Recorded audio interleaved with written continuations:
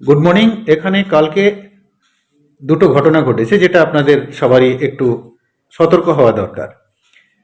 আপনারা দেখেছেন যে এই সময়টায় বা বিভিন্ন সময়ে আমাদের এখানে যারা বাঞ্জারা বা আপনারা পাটমারা বলে জানেন, বিভিন্ন জায়গায় এরা ডেরা করে এবং বিভিন্ন এলাকায় ভিকে করে।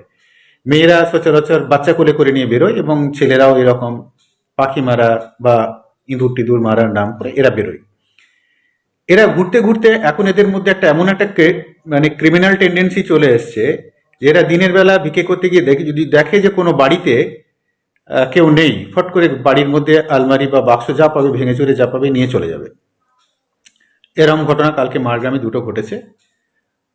আমরা খোঁজাখুঁজি করছি। কিছুদিন আগেও একটা ঘটনা আমার এলাকায় এরকম ঘটেছিল যে বাড়িতে ইঁদুর ধরার নাম করে দুজন ঢুকে বাড়িতে ঢুকে আলমারি ভেঙে দিয়েছিল।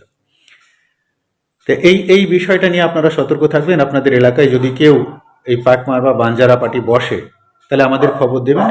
এরা এলাকাতে থাকলেই যে সমস্ত চুরিগুলো বাড়ে সেটা হচ্ছে মন্দির চুরি, যেখানে কেউ থাকে না, বাড়ি ফাঁকা ফেলেই চুরি করে, আর হচ্ছে মোবাইল চুরি।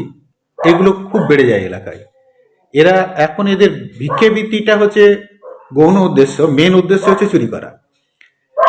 তো কারো নজরে যদি আমাদের এলাকায় থাকে যে এরকম বাঞ্জারার দল বসেছে, আপনারা পুলিশকে ইনফর্ম করুন। আমরা ভেরিফাই করে দেখব যে ওরা কোথায় থেকে এসছে এবং কি ধরনের কাজ কারবারের সঙ্গে যুক্ত। আর আমরা চেষ্টা করব, ওদের নিজস্ব একটা করে ঠিকানা থাকে, এখন এদের কাছে আধার কার্ড ভোটার কার্ডও থাকে, কিন্তু এরা এরকমভাবে ঘুরে ঘুরে জীবনযাপন করছে। আর এদের ভিক্ষাবৃত্তিটা এখন গৌণ উদ্দেশ্য, মুখ্য উদ্দেশ্য হয়ে গেছে চুরি করা। তো এরা এরা আমাদের এলাকায় বসলেই চুরি বেড়ে যাবে। তো আপনাদের কাছে আমার বিশেষ অনুরোধ, যদি এরকম ধরনের বাঞ্জারা পার্টি আমাদের এলাকায় কোথাও থাকে আপনারা কাইন্ডলি পুলিশকে জানান, আমরা সেটা যথাযথ ব্যবস্থা নেব। Thank you.